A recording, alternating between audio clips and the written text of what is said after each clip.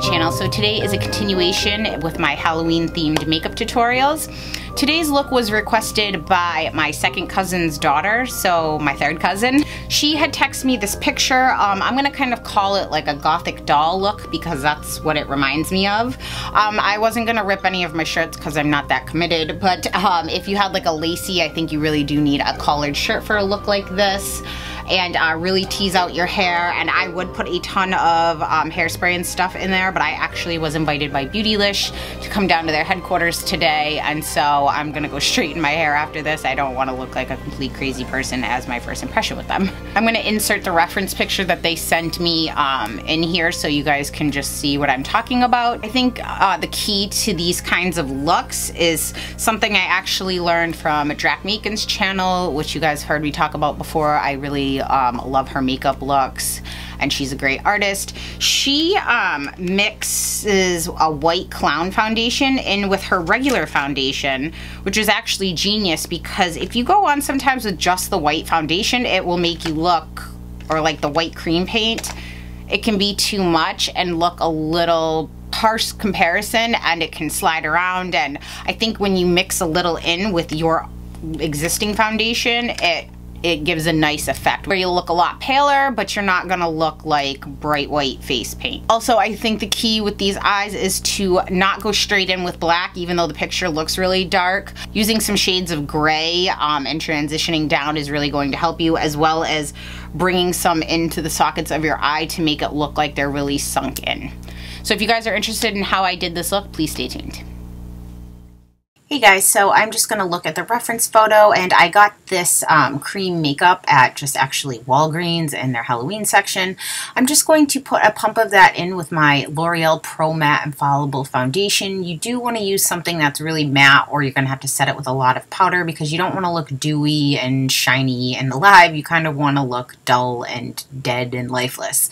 So I'm mixing this together really well. It actually took me a few minutes because cream paint is obviously very thick, and then I'm using my Real Techniques buffing brush to just place this all over my face and work it in. You'll know how much to add as you're mixing around. You can tell the color of the foundation and just mix it to your desired lightness. This is a sponge that's like a beauty blender. It's just a latex one that I got at the drugstore. I'm going to dampen that, wring it out, and then I'm just going to go over the foundation and help kind of grind it into my pores there and get rid of any streaky marks because, again, white foundation and cream paint is very difficult to work with and not make streaky. Now I'm going to highlight. You can use the same white cream paint that came in the kit if you want, but I'm going to use this Ben Nye. This is a Media Pro highlighting cream. It's in white. As sad as it is, I can use this on my normal skin without the white foundation because I am so pale. I'm going to paint this under my eyes and the center of my forehead and my chin, just like I normally highlight with my regular concealer. I'm going to do it with this and then just blend it in with that same makeup sponge that I used to blend in the foundation. The biggest challenge for me in foundation like this is to not make it look completely flat, because even though you're doing all one color, whether it be white or black or purple or blue, you want to give it some depth and dimension. You don't just want to look flat. Next, you're going to want to prime your eyes to make sure the eyeshadows don't crease. I'm using a white primer here, but you can use anything that you have, and then just make sure you blend it in really well. Now I'm going to use my Ben Nye neutral set, and I'm just going to pack this all over in pressing motions into my face to set this foundation. We need to make sure that you're not dragging it around because, again, cream foundation is very slippery, so you just want to press that right into your skin. Since we have to do the foundation before the eye makeup, we're going to want to do a heavy caking of any kind of setting powder underneath the eyes. This will just help catch any fallout that we have to help it sweep away so we don't get little black dots all over our white foundation. In the picture, the girl had really dark black eyebrows, so I'm going to use a black eyeshadow and just fill in over my brows to really deepen them up. And now I'm just going to set them with some clear brow gel. This is by Anastasia Beverly Hills. So for this look, I found the Kat Von D Shade and Light palette perfect for this. So first I'm going to pick up this really light slate color called Lazarus on my MAC 224, and I'm just going to work this back and forth in my transition, which is right above the crease of my eye there, but right below my eyebrow bone. Next, I'm going to pick up this deeper gray color called Celios, and I'm going to work that in the crease of my eye, which is basically what the fold in your eye is, and just work that back and forth, back and forth. Make sure you build it up gradually, or it could look really chalky and skip a lot against this white foundation.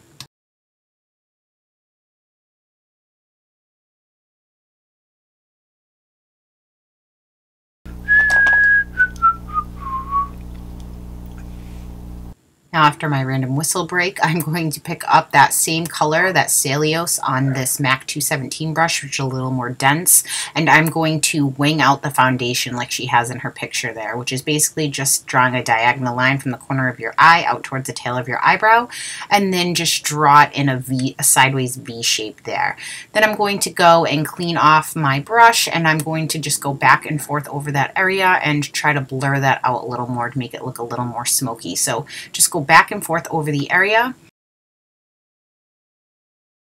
Take your time blending here because anything against white foundation or a white base is really going to show patchiness if you don't blend it well. So this took me several minutes, actually maybe even 5 per eye, to fully blend this into my satisfaction. Now I'm going to clean off my MAC 224, which is my fluffier blending brush, and I'm going to go back over that top line there just to make sure everything is blended in and we have a nice smooth gradient. Using a flat shader brush, I'm going to pick up that Celios, that same color, and I'm going to pack that all over my lid from my lash line up until my crease. Then pick up a fluffy brush and just go in there with no additional product and blend in that crease. Using that same flat brush, I'm going to pick up this black color called Shacks, I believe is how you say it, and I'm just going to draw a line basically right on my upper lash line. I'm not going to take it higher up because I don't want to completely shut off my eye. I decided that the picture looked like her wing was a little more dramatic, so I'm taking that dark gray color, which was called that Celios, on my MAC 217, and I'm winging it out a little further, and then I'm going to pick up my MAC 224, clean it off, and then blend that in a lot more. I'm doing that on both sides. Now picking up a clean brush, I'm just going to flick away that additional powder that I had underneath there that was baking, that hopefully caught any fallout that could have occurred from the eyeshadows. Now I'm going to take a pencil brush and start on my lower lash line, and I'm going to use the same sequence of shadows. So I'm going to use that slate color Lazarus. I'm going to work that under and then take a fluffy brush to really smoke that out. For this I'm using the Sigma E25 because we do want it like smoky and low and to look blown out and kind of messy. And then I'm going to go in with the Celios color on a pencil brush and smoke that out as well. And then I'm going to follow up with that black Shas, and I'm going to just line it right on my lash line.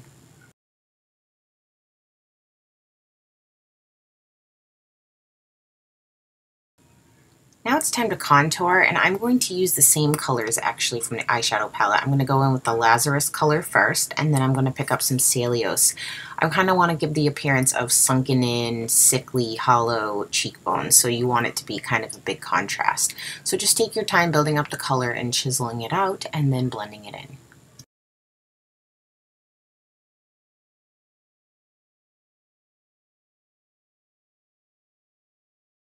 Since this look is so dark, you do want to make sure that you tight line, which is that upper water line in your eye, and then line your lower lash line too. For this, I'm using some gel liner with a silicone tip brush, but you can use any kind of black eyeliner. Since we're going to wear false lashes, make sure you curl your lashes, and then I have an obscene amount of mascaras I like to use.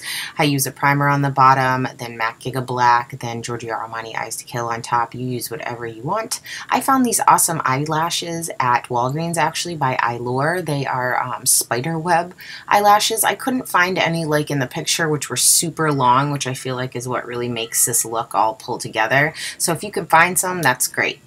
Now I'm just going to line my lips with MAC's Beat Lip Liner, and I'm going to go in with 2 liquid lipsticks. I'm going to go in with this one, which is Kat Von D's Vampira, which is a really deep burgundy red on the outside and borders of my lips. So I want to focus it in the corners of my lips and on the outside. And then I'm going to take a lighter color and fill it in on the inside in the middle part, just to give it kind of an ombre look so the lips aren't so flat. And for this I'm using Dose of Colors Merlot, but you can use any red color to fill in that's lighter. Make sure you take your time blending it in, and if you need to go in with a lip brush to help blend it, do that too. Now it's time to tease the hair. For this, I'm using a teasing brush because I like these better than combs, especially with my blonde hair. I'm not trying to break it off or cause any more damage than I already have. So I'm just going to back comb these pieces. No rhyme or reason really, just a part down the middle and make sure it's really fluffy. Then I like to take it from the bottom and tease it up as well because that really gives me a lot of volume and kind of look fried. And so that is the finished look, guys. If you have any questions, comments, or concerns, please leave them in the comment section down below. Thank you so much for tuning in, and I will see you guys next time.